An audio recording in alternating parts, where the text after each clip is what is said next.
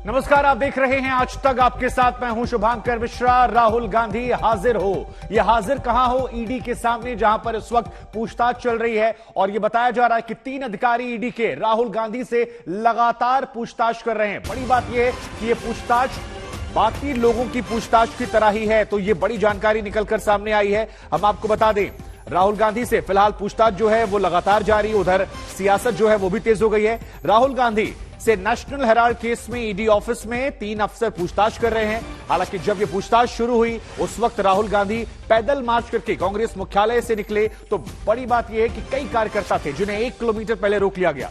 तमाम कार्यकर्ता सड़कों पर धरने पर बैठे हैं। कई ऐसे नेता हैं जिन्हें गिरफ्तार कर लिया गया है। लेकिन इन सबके बीच बड़ी खबर यही कि पीएमएलए की धारा 50 के तहत राहुल गांधी से फिलहाल सवाल जवाब किया जा रहा है। तो यह बड़ी जानकारी निकलकर सामने आई है। ईडी दफ्तर के बाहर 3 लेयर सुरक्षा घेरा है।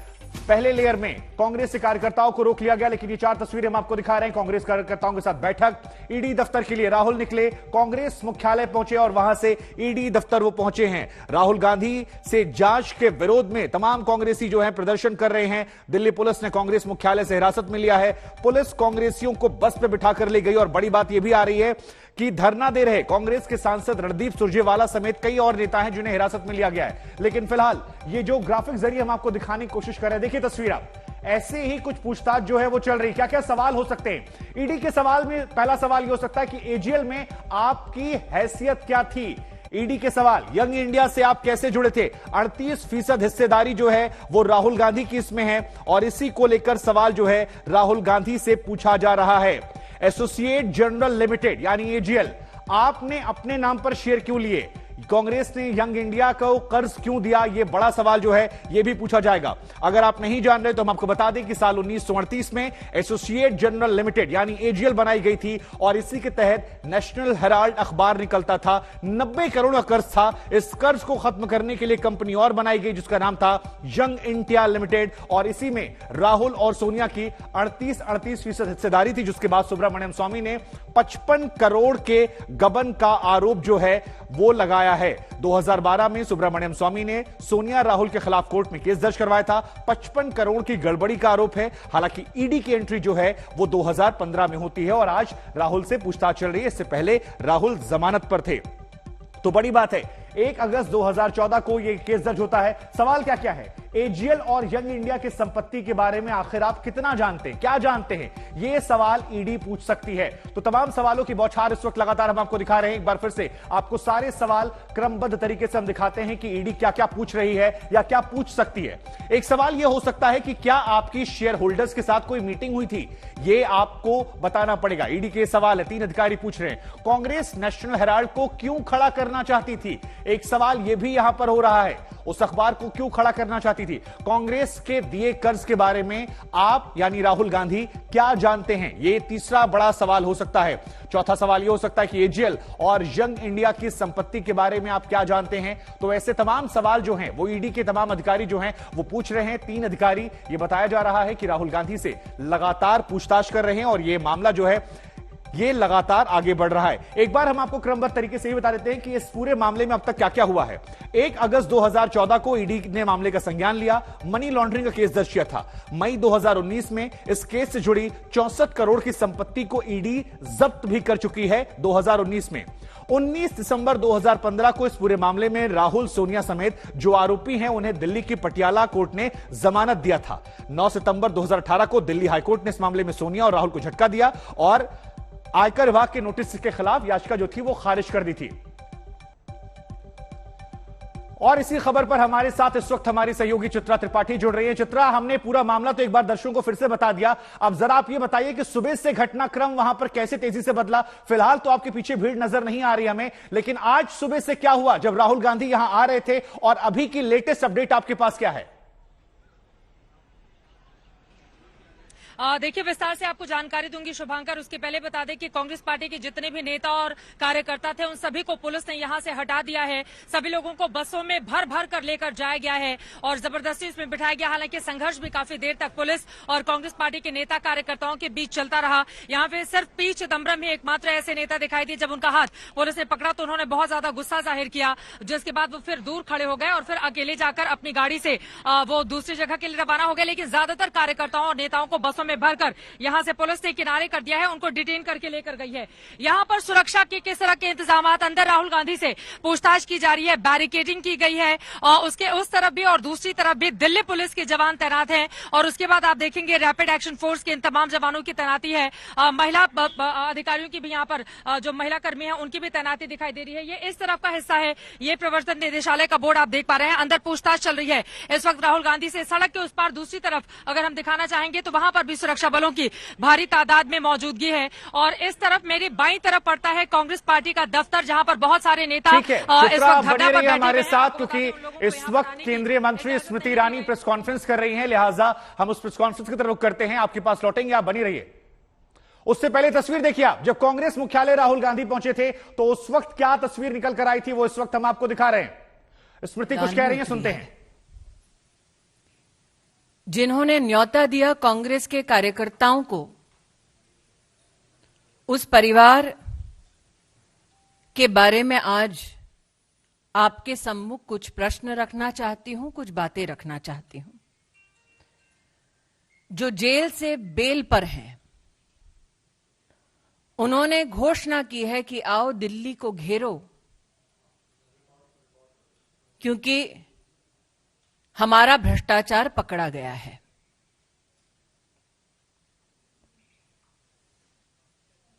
एक इन्वेस्टिगेटिंग एजेंसी पर दबाव डालने के लिए कांग्रेस शासित राज्यों के वरिष्ठ नेताओं को विशेष आमंत्रित किया गया है।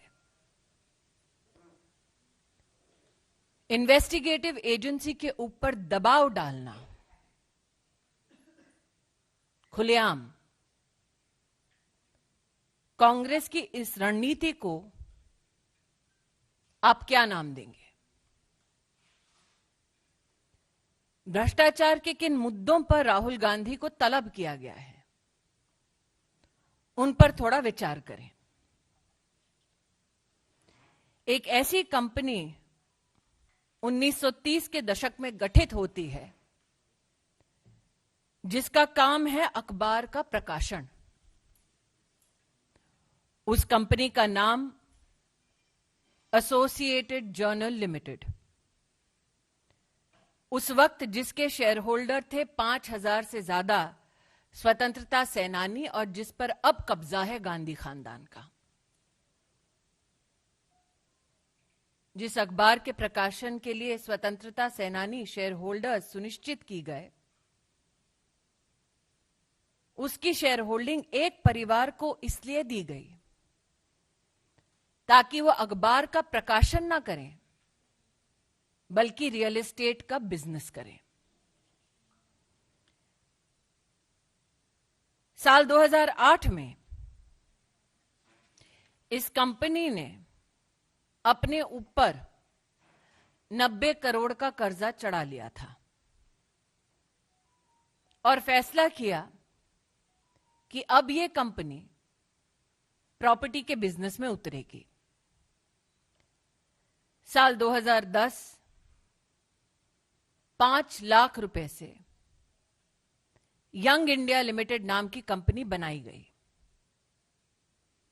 महासचिव राहुल गांधी डायरेक्टर के रूप में इसमें सम्मिलित हुए।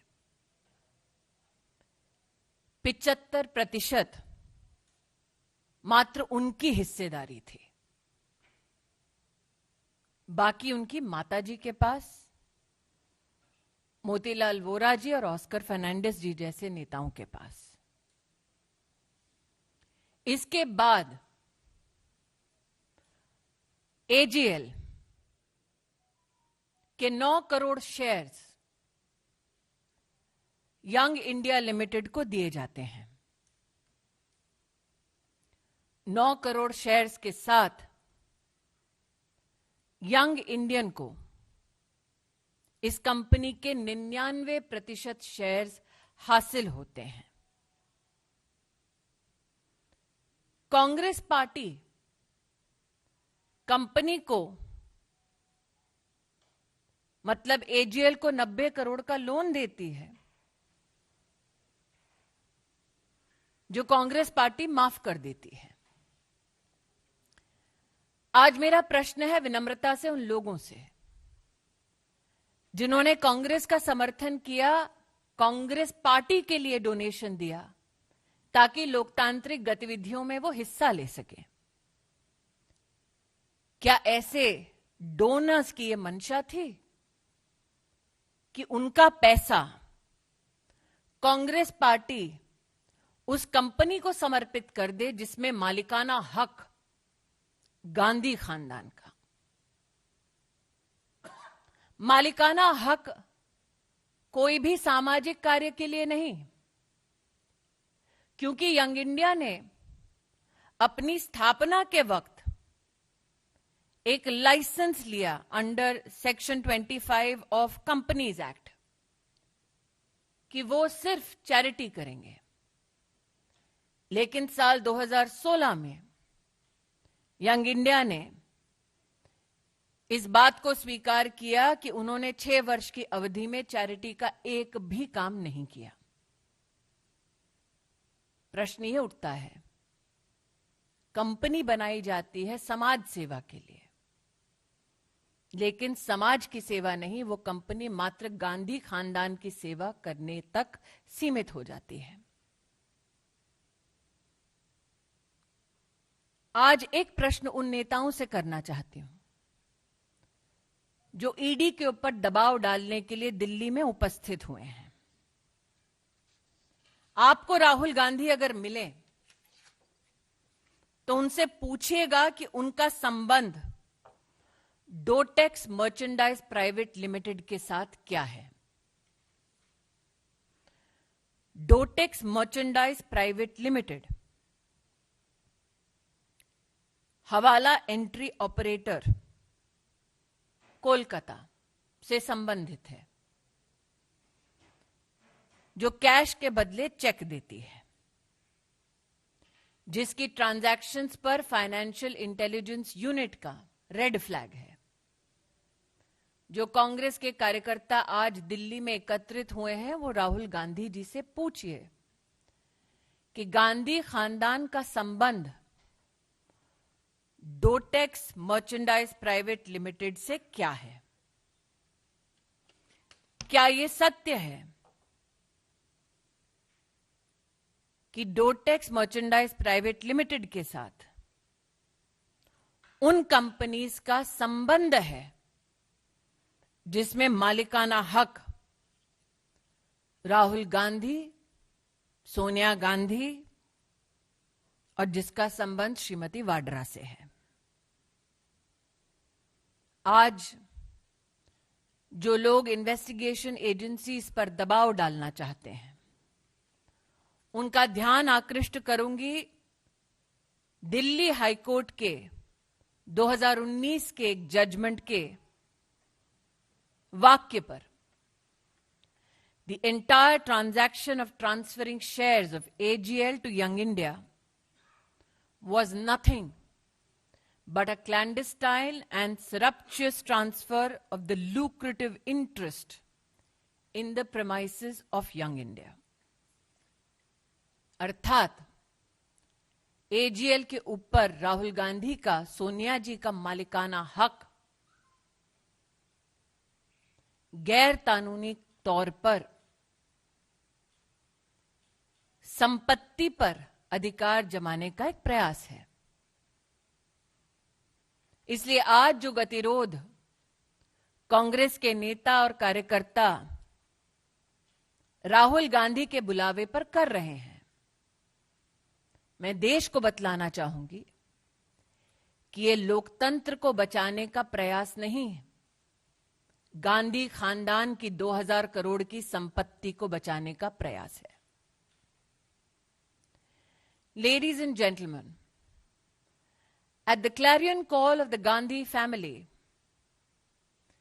leaders and workers of the Congress party have descended onto the streets of the national capital to pressurize investigating agencies. A gentleman who is out on bail seeks to pressurize an investigating agency which seeks to unravel the corruption of the Gandhi family. Never before has such a blatant attempt been made by one political family to hold investigative agencies to ransom. Never before has a political family been so desirous of protecting their ill-gotten gains as the Gandhi family. So the questions that I put forth to you for the consumption of citizens at large is this. In the 1930s, Associate Journal Limited was formed with 5,000 freedom fighters as shareholders. तो केंद्रीय मंत्री स्मृति ईरानी को आप सुन रहे थे, जिन्होंने कहा कि देखिए, भ्रष्टाचार करने का मकसद था यंग इंडिया कंपनी बनाने का, और वो शख्स जो जमानत पर बाहर है वो अब अपने कार्यकर्ताओं के साथ दिल्ली को घिरवा रहा है, ईडी की कार्रवाई को रोकने की कोशिश कर रहा है। ये एक संस्था की कार्रवाई है जिसे रोकने की गलत कोशिश की जा रही है। गांधी परिवार की सेवा करने के लिए कंपनी बनाई गई और जिसे स्वतंत्रता सेनानियों के मकसद से शुरू किया गया था, वो धीरे धीरे एक परिवार को फायदा पहुंचाने वाली कंपनी बन गई। ये बड़े आरोप स्मृति ईरानी की तरफ से लगाए गए। हम आपको बता दें, स्मृति ईरानी ने प्रेस कॉन्फ्रेंस करके पहले हिंदी फिर अंग्रेजी में कई तरह के आरोप जो हैं वो राहुल गांधी, सोनिया गांधी, कांग्रेस पार्टी पर लगाए और साफ साफ कहा कि एजीएल से यंग इंडिया का जो ये कन्वर्जन है बाद में, ये पूरा मामला भ्रष्टाचार से जुड़ा हुआ है। कांग्रेस ने एजीएल के 90 करोड़ रुपए लोन को वाईआईएल में ट्रांसफर किया और कम पैसे देकर बड़ी संपत्ति पर कब्जा कर लिया। ये तमाम आरोप लगाए गए। चित्रा हमारी संवाददाता इस वक्त हमारे साथ जुड़ रही। चित्रा, जो बड़े आरोप लगाए गए हैं स्मृति ईरानी की तरफ से वो ये कि वो व्यक्ति जो जमानत पर बाहर है, अपने कार्यकर्ताओं के जरिए दिल्ली को घिरवाकर एक कार्रवाई को बाधित करने की कोशिश की जा रही है, जबकि साफ साफ भ्रष्टाचार है, ऐसे आरोप लगाए स्मृति ईरानी ने। देखिए, बिल्कुल बीजेपी इस पूरे मामले को लेकर शुरू से ही कांग्रेस पार्टी के ऊपर हमलावर रही है। शायद यही कारण है कि जब से ईडी की जानकारी सामने आई कि राहुल से पूछताछ होगी, उसके बाद एक बीजेपी के कई बड़े नेताओं ने राहुल गांधी, सोनिया गांधी को लेकर कई सवाल खड़े किए और जब उनसे तारीखें आगे बढ़ाने को लेकर मांग की गई, खासतौर से राहुल गांधी के मामले में, तो उस पर काफी ज्यादा तंज भी कसा गया और लगातार बीजेपी ये सवाल पूछ रही है कि जब ईडी के सामने एक करप्शन के मामले में आपकी पेशी हो रही है तो इसको ऐतिहासिक बनाकर आखिर आप क्या दिखाना और दर्शाना चाहते हैं। फिलहाल मैं चाहूंगी रवि, हमारे कैमरा पर्सन आगे आए। यहाँ पर आपको बता दें, जवानों की लगातार तैनाती है अंदर की तरफ। इस वक्त भी ईडी लगातार तमाम सवालों के साथ, उसमें से कुछ सवाल हम दिखा भी रहे हैं अपने दर्शकों को, जिन सवालों के साथ पूछताछ कर रही है राहुल गांधी के साथ। यकीनन आज का दिन काफी ज्यादा महत्वपूर्ण, लेकिन कांग्रेस पार्टी ने राहुल गांधी की ईडी के साथ इस पूछताछ को एक शक्ति प्रदर्शन का जरिया बनाया था और यकीनन आज वो शक्ति प्रदर्शन दिखाने की कोशिश अलग अलग हिस्सों से की भी गई। लेकिन आज यहाँ पर जबरदस्त तस्वीरें भी हम सब ने देखी जब कांग्रेस के बड़े नेताओं को पकड़कर पुलिस ने बस में बिठाया और उसके बाद उनको डिटेन करके यहाँ से दूसरी जगह लेकर गई है। अब राहुल गांधी से कितने घंटे तक पूछताछ की जाएगी, किन किन सवालों का जवाब उनकी ओर से दिया जाएगा, ये देखना। बिल्कुल चित्रा बनी रही हमारे साथ। कुमार कृणाल भी हमारे साथ बने हुए। कुमार कृणाल, जो बात चित्रा कह रही है यही दो बातें निकल कर आ रही है। बीजेपी आरोप लगा रही है भ्रष्टाचार का मामला है, कांग्रेस भी इसमें सियासत को लाकर कह रही है देखिए केंद्रीय एजेंसियों का दुरुपयोग है, हम डरने वाले नहीं है। कुल मिलाकर एक बड़ा इवेंट बना दिया गया है इस पूरे ईडी की सुनवाई को, ऐसा लग रहा है। बिल्कुल, और सुबह में 8 बजे से मैं जब एआईसीसी के दफ्तर पर था, वहां पर जो माहौल दिखा, तमाम नेताओं का एक तरीके से जमावड़ा शुरू हुआ, वहां पर लगातार नारेबाजी हुई, फिर एक तरीके से एंट्री हुई राहुल गांधी और प्रियंका गांधी की, फिर मार्च शुरू हुआ। यहाँ पर जो ईडी का दफ्तर है उस पर अभी जो आपको दिखेगी वो खामोशी दिखेगी। यहाँ पर तमाम बैरिकेडिंग की गई है, यहाँ पर किसी भी को भी अंदर जाने की इजाजत नहीं है। बड़ी खबर यही कि ईडी दफ्तर में राहुल गांधी से पूछताछ जारी है और तकरीबन 1 घंटा हो चुका है राहुल गांधी से पूछताछ को लेकर। यह बताया जा रहा है कि असिस्टेंट डायरेक्टर लेवल के 3 अधिकारी हैं जो राहुल गांधी से फिलहाल पूछताछ कर रहे हैं। मामला काफी बड़ा है क्योंकि करोड़ों की संपत्ति को गबन करने के आरोप जो हैं वो लगे हैं और इस मामले को लेकर फिलहाल पूछताछ लगातार जारी है। ईडी दफ्तर में राहुल गांधी से पूछताछ हो रही है। 3 अधिकारी ऐसे हैं असिस्टेंट डायरेक्टर लेवल के जो राहुल गांधी से पिछले 1 घंटे से पूछताछ कर रहे हैं। सर क्या पूछताछ तक यही रहेंगे? सर पूछताछ तक आप यहीं पर रहेंगे? मैंने कहा था बस में सुरजेवाला जी क्या पूछताछ तक यही रहेंगे? पूछताछ तक आप यहीं पर रहेंगे? हम आंदोलन करते रहेंगे।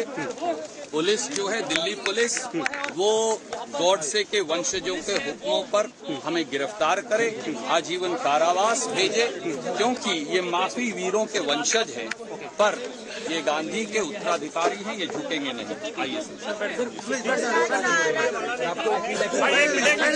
ये सत्य की लड़ाई है, ये आंदोलन चाहता है। डिटेन किया जा रहा है जी बिल्कुल, उन्होंने फिर गिरफ्तार किया है और बार बार गिरफ्तारी देंगे, बाबा गिरफ्तारी देंगे। जी देखिए यहाँ पर आप देख सकते हैं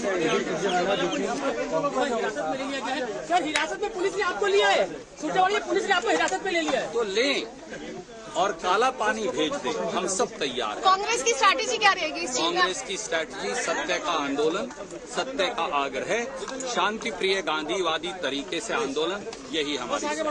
पर बीजेपी ने कहा है कि सत्याग्रह में सत्य बताइए, truth should come out. Godse के वंशजों को कभी सच नजर नहीं आ सकता। क्या गॉडसे को गांधी की हत्या में सच नजर आया था? इसीलिए गॉडसे के वंशज जो गांधी को न जानते न समझते, न पोरबंदर के पुरुष को पहचानते, हम गांधी के उत्तराधिकारी हैं, और जो सावन के अंधे होते हैं वो सत्य जान नहीं सकते। तो आप देख सकते हैं यहाँ पर रणदीप सुरजेवाला का जो है वो हिरासत में ले लिया गया है, पुलिस ने उनको हिरासत में लिया है। तो रणदीप सुरजेवाला जिन्हें हिरासत में लिया गया, वो कह रहे थे गोडसे के वंशज हमें नहीं समझ सकते, सत्य को नहीं समझ सकते। चित्रा हमारे साथ लगातार बनी हुई। चित्रा, 1 घंटे से पूछताछ ईडी दफ्तर में चल रही है, असिस्टेंट डायरेक्टर लेवल के 3 अधिकारी पूछताछ कर रहे हैं, लेकिन बाहर अपने अपने सत्य को लेकर अपनी अपनी बातें रखी जा रही है। रणदीप सुरजेवाला कह रहे हैं गोडसे के वंशज समझ नहीं पाएंगे, तो स्मृति ईरानी कह रही हैं कि देखिए भ्रष्टाचार के समर्थन में सड़क पर कांग्रेस है। बाहर की सियासत को कैसे देखा जाए? देखिए, कुल मिलाकर बीजेपी और कांग्रेस की इस पर सियासत होगी ही, क्योंकि राहुल गांधी मौजूदा वक्त में, अगर सोनिया गांधी को हम छोड़ दें, तो कांग्रेस पार्टी के सबसे बड़े नेता, वो पूर्व अध्यक्ष, और यकीनन भविष्य में राहुल गांधी के नेतृत्व में ही कांग्रेस पार्टी को आगे बढ़ना है। अब जब ईडी के सामने उनकी पेशी होनी है, तो यकीनन कांग्रेस पार्टी के तमाम नेता उनके समर्थन में सामने आकर खड़े हो गए। रणदीप सुरजेवाला को जब डिटेन करके बस में भरा गया और उनसे हमने भी उस वक्त बातचीत की, तो उनकी ओर से बार बार यही बातें दोहराई जा रही थी कि दरअसल सत्य से डरती है बीजेपी और कांग्रेस पार्टी से डरती है, राहुल गांधी से डरती है, इस वजह से हमारे साथ ऐसा किया जा रहा है। लेकिन एक बार फिर से जरा तस्वीरें आपको दिखा दें। आपको बता दें यहाँ पर अभी काफी ज्यादा भीड़ थी, लेकिन फिलहाल अभी थोड़ी सी शांति, क्योंकि देर से 1 घंटे से ज्यादा का वक्त गुजर चुका है। राहुल गांधी से अंदर पूछताछ चल रही है। कई ऐसे सवाल हैं जिनका सामना राहुल गांधी को करना पड़ा है, चूंकि राहुल गांधी कांग्रेस पार्टी के वरिष्ठ नेता है। यकीनन इस वजह से ईडी के तमाम अधिकारियों ने भी अपनी पूरी तैयारी कर रखी थी, और कई ऐसे सवाल थे जो पूछा जा रहा है और बाकायदा वहां पर नोट डाउन भी किया जा रहा है, क्योंकि इसके पहले भी पूछताछ इसी मामले में 2012 से ये मामला लगातार आगे की ओर बढ़ता हुआ, लेकिन 2022 में इस पर जिस तरह की सियासत हो रही है वो अपने आप में काफी ज्यादा महत्वपूर्ण है। देखिए, बिल्कुल चित्रा, बने रही हमारे साथ। एक बड़ी दिलचस्प खबर आ रही चित्रा, उस खबर का जिक्र करना जरूरी, फिर हम आपके पास लौटेंगे। ये रॉबर्ट वाड्रा को लेकर खबर है। दरअसल खबर यह है कि रॉबर्ट वाड्रा ने कहा है कि राहुल गांधी ने ईडी के सामने पेशी से पहले मुझसे टिप्स ली है, और मैंने उन्हें बताया है कि ईडी के सामने आप कैसे पेश आएंगे। ये रॉबर्ट वाड्रा की तरफ से कहा गया। रॉबर्ट वाड्रा जो पहले कई बार ईडी के पास जा चुके हैं, ईडी उनसे पूछताछ कर चुकी है। अब रॉबर्ट वाड्रा का यह बयान आया कि मैंने कहा कि सुनिए, हंसकर आराम से जवाब दीजिएगा। नेशनल हेराल्ड मामले में राहुल गांधी आज ईडी के सामने पेश हुए। बात करने के लिए हमारे साथ मौजूद है रॉबर्ट वाड्रा जी। रॉबर्ट जी, जिस ढंग से राहुल गांधी, सोनिया गांधी दोनों को ईडी ने सम्मन किया है और आज राहुल गांधी पेश हुए, किस ढंग से देखते हैं पूरे मामले को? मैं देखता हूं कि बहुत ही गलत तरीका ये बीजेपी सरकार इस्तेमाल कर रही है एजेंसी के द्वारा इस परिवार को परेशान करने का। मुझे खुद जब से ये सरकार आई है किसी न किसी तरीके से परेशान करते रहते हैं, और मुझे 15 बारी बुलाया गया था। दिल्ली में, जयपुर में मेरे मदर को बुलाया गया है जो 75 साल की उम्र के हैं, और मैंने जितने भी सवाल हैं उसके जवाब दिए। 23,000 डॉक्यूमेंट दिए, और इनकम टैक्स डिपार्टमेंट भी बहुत समय से मतलब आते हैं मेरे ऑफिस में, और मैंने पूरे अपने दरवाजे खोले हुए हैं। ऑफिस के, घर के जो भी सवाल होते हैं या जो कोई भी उनको चेकिंग करनी है आ सकते हैं। और मतलब कि मैंने सितंबर के 21 में आप देखेंगे कि 72 मेरे को नोटिसेस मिले इनकम टैक्स डिपार्टमेंट से। तो ये एक तरीके से खाली परेशानी करने की इनका तरीका होता है, बीजेपी के तरीका होता है कि इनको परेशान करो, इस परिवार को परेशान करो, क्योंकि यही परिवार है जो मतलब उनको हटा सकती है और मतलब देश को आगे बढ़ा सकती है। अभी आप देखेंगे कि बीजेपी के स्पोक्सपर्सन ने कितना गलत बोला और उसके वजह से इतना माहौल खराब है देश भर में। और आप देखेंगे कि देश भर से हर नागरिक बाहर आ रहे हैं या आंदोलन कर रहे हैं कि राहुल के साथ गलत हो रहा है। सोनिया जी को बुलाने का बिल्कुल गलत माहौल है, ये गलत तरीका है बीजेपी को एजेंसी को इस्तेमाल करने का। तो मैं ये कहता हूं कि राहुल क्लियर हैं, स्ट्रांग हैं और बिल्कुल हर चीज़ स्पष्ट हो जाएगा, क्योंकि हमें देश के कानून में पूरा भरोसा है। और मैं उम्मीद करता हूं कि उनको ज़्यादा घंटे नहीं रखा जाएगा और जो सवाल है पूछे जाएं और वो क्लियर आंसर दे देंगे। लेकिन बीजेपी का कहना है कि एजेंसी अपना काम कर रही है, कांग्रेस क्यों हो हल्ला कर रही है जिस ढंग से पूरा माहौल बनाया जा रहा है? अगर सच्चाई सामने आ जाएगी, अगर जो भी चीज़ें होंगी एजेंसियों को अपना काम करने देना चाहिए, उनको अपनी बात रखने का मौका दिया एजेंसियों ने, तो सामने आएंगी चीज़ें। क्यों ये सब किया जा रहा है कांग्रेस के द्वारा? देखिए, बीजेपी तो बोलेगी ये कि हमारा कुछ लेना देना नहीं है एजेंसीज के साथ, पर आप देश के हर नागरिक से पूछिए कि जब भी कोई इलेक्शन होता है, जब भी कोई उद्योगपति कुछ भी अच्छा कर रहा है, कि अगर हम बीजेपी के हित में नहीं बोलेंगे तो एजेंसी का इस्तेमाल किया जाएगा, बेबुनियाद इल्ज़ाम लगाए जाएंगे, उनको उनके परिवार को परेशान किया जाएगा। और मैं उसका क्लियर एग्जाम्पल हूँ। और अब जितना भी आप परेशान करोगे उतना एक आदमी स्ट्रांग ही होता है। और मैं ये कहूँगा कि अब झेलने की क्षमता है कि कितने भी एजेंसीज को बुला लो, जो भी करना है करो, क्योंकि मतलब हाँ इतने समय से चला आ रहा है ये। बीजेपी कहती कोई अपराधी ये थोड़ा कहता है कि मैंने अपराध किया है, तो अब एजेंसी अगर बुला रही है तो सच्चाई सामने आने दो। तो हमने कभी इनकार नहीं किए, पर हमेशा आप देखेंगे कि जो समय वो इस्तेमाल करते हैं कि कोई इलेक्शन है, कोई प्रचार कर रहा है, कोई कैंपेन कर रहा है, तो उस टाइम पे उनके परिवार को परेशान करने का तरीका होता है। कोई गवर्नमेंट ने गलत किया है, वो पूरा देश मतलब उनसे नाराज है, तो उस टाइम पे मेरा नाम उछाला जाता है या कोई और किसी को परेशान किया जाएगा कि उनकी जो नाकामियां हैं उसको दूर करने के लिए वो मेरा नाम इस्तेमाल करते हैं। तो मुझे लग रहा है कि जो टाइमिंग होती है वो गलत है, तो उसका लिंक जरूर बीजेपी से ही बनता है। तो राहुल गांधी के जीजा रॉबर्ट वाड्रा कह रहे हैं कि मैंने टिप्स दिया है यहां पर उन्हें और कहा है कि ईडी को आप हंसकर जवाब दीजिएगा। साथ ही कई और बड़ी बातें भी कही कि इस पूरे मामले में राहुल को फंसाया जा रहा है, जो गलत है, बीजेपी बदले की कार्रवाई करे। लेकिन कांग्रेस के तमाम दिग्गजों का क्या कुछ कहना है? कांग्रेस के नेता कैसे बीजेपी पर आरोप लगा रहे हैं और आरोपों की झड़ी लगा दी गई है, हम आपको दिखाते हैं। जरा सुनिए कांग्रेस के तमाम बड़े नेताओं को। जब जब मोदी डरता है पुलिस को आगे करता है, तो ये हो रहा है। आपको ऐसा क्यों लग रहा है कि सरकार डर रही है आप लोगों से?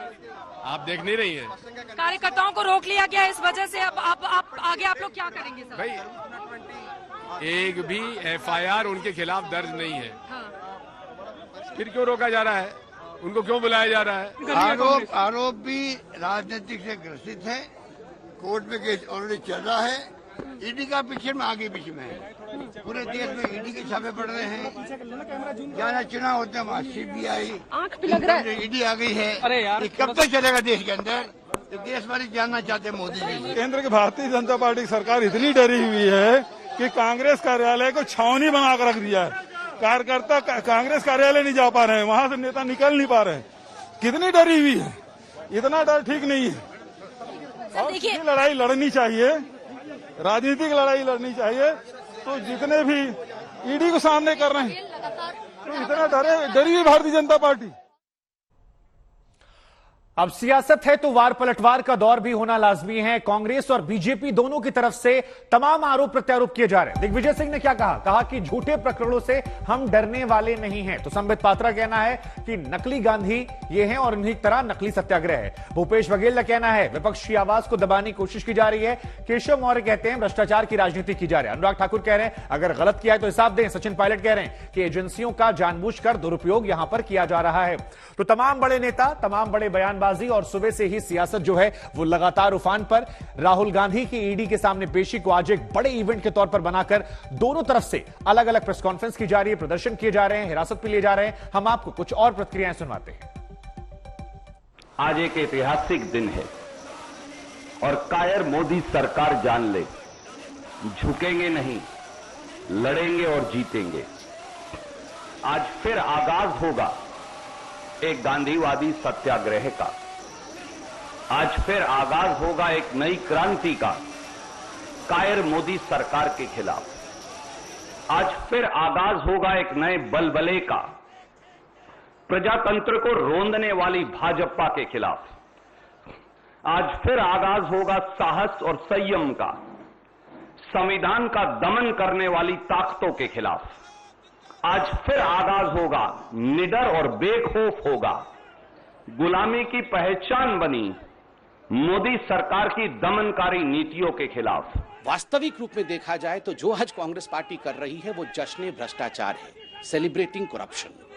देखिए, राहुल गांधी को बार बार कांग्रेस पार्टी ने लॉन्च करने का प्रयास किया, घाट यात्रा करके, 6 लड़के बना करके, मगर वो कभी लॉन्च नहीं हो पाएंगे। आज फिर से कांग्रेस पार्टी भ्रष्टाचार के फ्लैंक से राहुल गांधी को रिलॉन्च करने की कोशिश कर रही है। उनकी झूठ की अदालत में सत्य की बिसात पर आधारित हर सवाल का जवाब देंगे।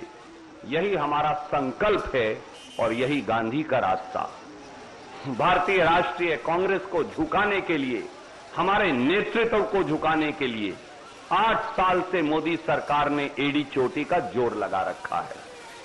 लेकिन श्री राहुल गांधी और कांग्रेस का हर कार्यकर्ता, हर नेता देश के साधारण व्यक्ति, देश के वंचित, देश के शोषित, देश के गरीब, देश के दलित, उनकी आवाज उठाने के अपने कर्तव्य पर अडिग है और अडिग रहेंगे।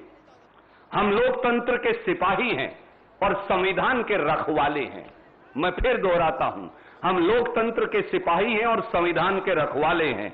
हम ना डरेंगे, ना दबेंगे, ना झुकेंगे, केवल चलते जाएंगे जब तक जीत हासिल ना हो जाए। बापू महात्मा गांधी, उनकी आत्मा को आज जिस प्रकार से ठेस पहुंच रहा होगा ये हिंदुस्तान जानता है। राहुल गांधी आज नेशनल हेराल्ड केस में बेल पे बाहर है। ये पूरा विषय कोर्ट के सामने लंबित है। कोर्ट में भी कांग्रेस पार्टी और राहुल गांधी ने गुहार लगाया था कि उनके खिलाफ जो केस है उसे स्थगित किया जाए, उसे हटा लिया जाए, मगर कोर्ट ने नहीं सुना। आज जो भी कार्यवाही हो रही है ये संवैधानिक तौर पे कार्यवाही हो रही है। अगर कुछ छुपाना नहीं है तो डर क्यों है?